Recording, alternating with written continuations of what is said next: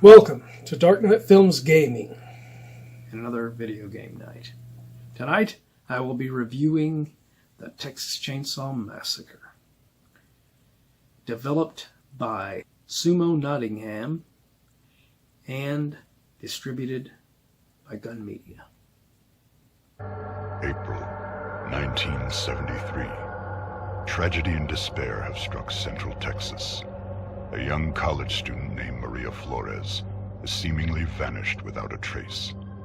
She was last seen near the town of Newt more than 2 weeks ago, but with no physical evidence, the investigation has stalled.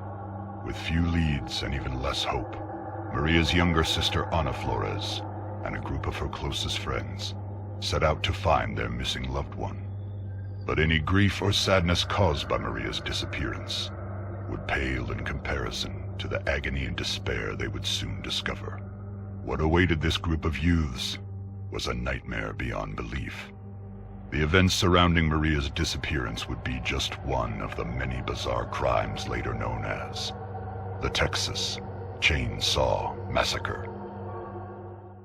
The last game that Gun Media made was Friday the 13th, the game. And I love that game. And I still play it to this day. As you can see on my channel, I still play it.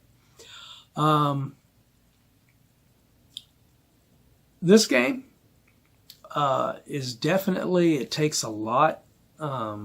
Gun took a lot of what worked on Friday the 13th and put as much love into the visuals as they did on the Friday the 13th. And so it's got all of the same love that Friday the 13th had, but I think visually it probably looks a lot better than Friday the 13th did. The character models of the potential victims is probably less goofy looking than the character models in Friday the 13th. The killers in this are, of course, Leatherface, the cook, the hitchhiker, Johnny, and Sissy. Johnny and Sissy were not in the movies. They are designed specifically for this game. And they're pretty unique characters. They're different from the hitchhiker, Leatherface, and the cook. To me, I immediately wanted to play as the cook because I love Drayton in the films.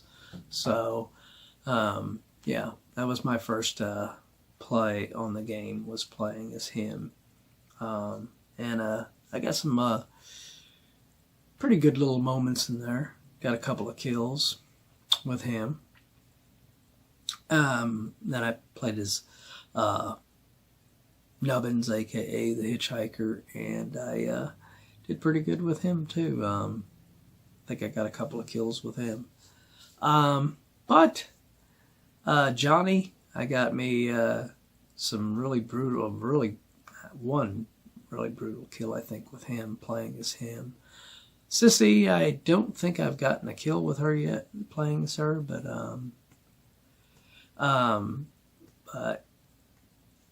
I delayed and held off on playing as Leatherface just because I knew how complicated it is to play as him, because I watched some videos, letting you know what it was going to be like and everything, and I knew that all the other characters are a little bit easier to handle than Leatherface. But once I got in there, I pretty much kicked some ass with the Leatherface.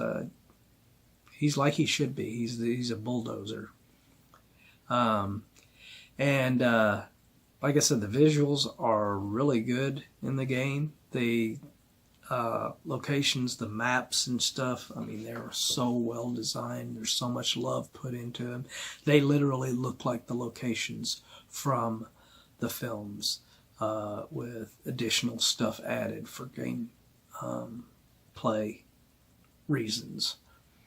But yeah, the thing I do like about this game is when you're playing as the victim, I think Gun Media immediately realized they made a mistake with Friday the 13th in giving you a time to be able to make it out or just survive the night.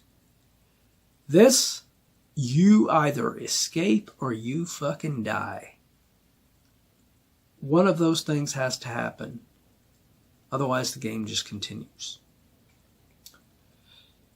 So, there is no bullshit where, as a victim, you can just go and hide and just stay there till the time expires.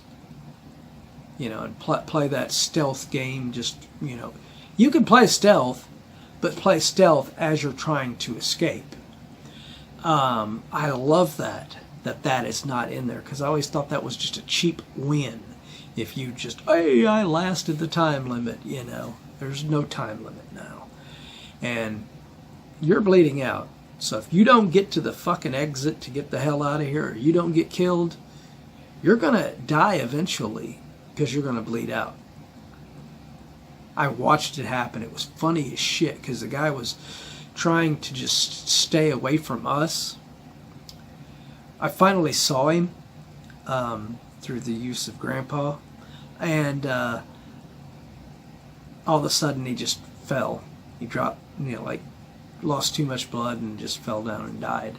I was like, well, that's that. We won this game, you know. But yeah, I like that. I like that they improved that and added that. This is not a knock on the game itself, per se, on this one, but I really hate that you still have some of those players that were playing like on Friday the 13th who don't take this game seriously and don't go in here just to play, escape, and get the fuck out of there, and then, you know, sit and watch to see what happens with the rest of the players after they've escaped. No, you still have some of these dipshits who like to overuse the crouch button to teabag. And, you know, in Friday the 13th, they would do it all the time. You know, like after they'd knocked down Jason, you know, they would just do that stupid crouch thing over and over and over again, you know. Just taunt, like they're taunting him and fucking with him, you know.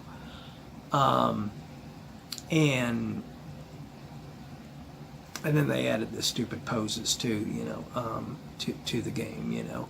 And this doesn't have any of that, thankfully. There's no posing, but these stupid people are still fucking playing the game and still using the crouch, consistently crouching to teabag.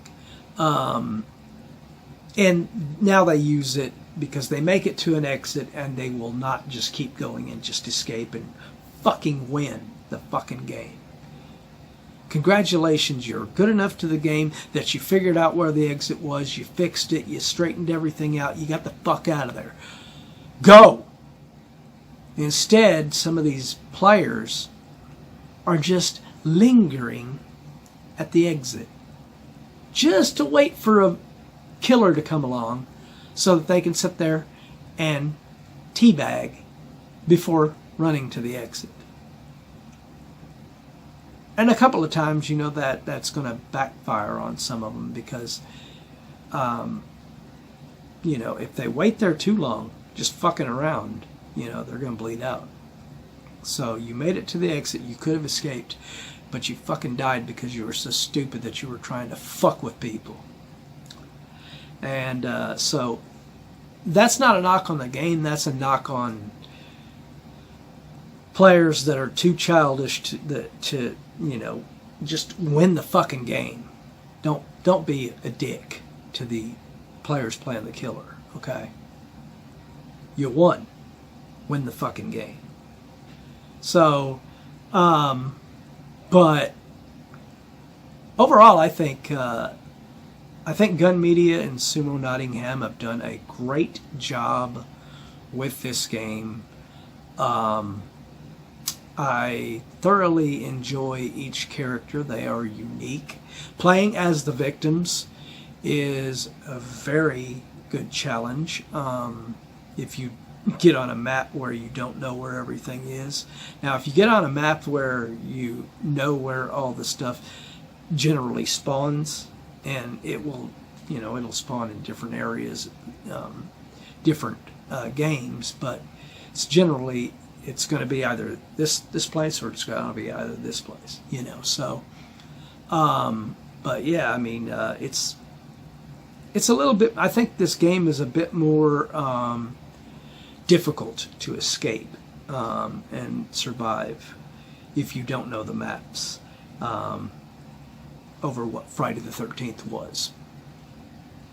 But overall, I think this game is a really good love letter to the Texas Chain Saw Massacre, and I cannot wait to see what else they add to the game later on. Hopefully we'll start getting some stuff like some stuff from Texas Chain Saw 2 and maybe some stuff from Texas Chain Saw Massacre 3. The new movie, that they could put some skins for Leatherface, maybe some skins for the characters in there.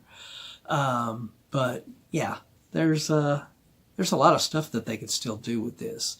I know Gun is only supposed to have the Texas Chain Saw Massacre as their license right now, but there's nothing to say that they might have made some deals that we don't know about with the Part 2 license and the Part 3 license, at least those two, hopefully, because I'd really like to see Tex and Tinker and Chop Top be added to the game, and of course skins for Leatherface that make him look like Leatherface from Part 2 and Leatherface from Part 3.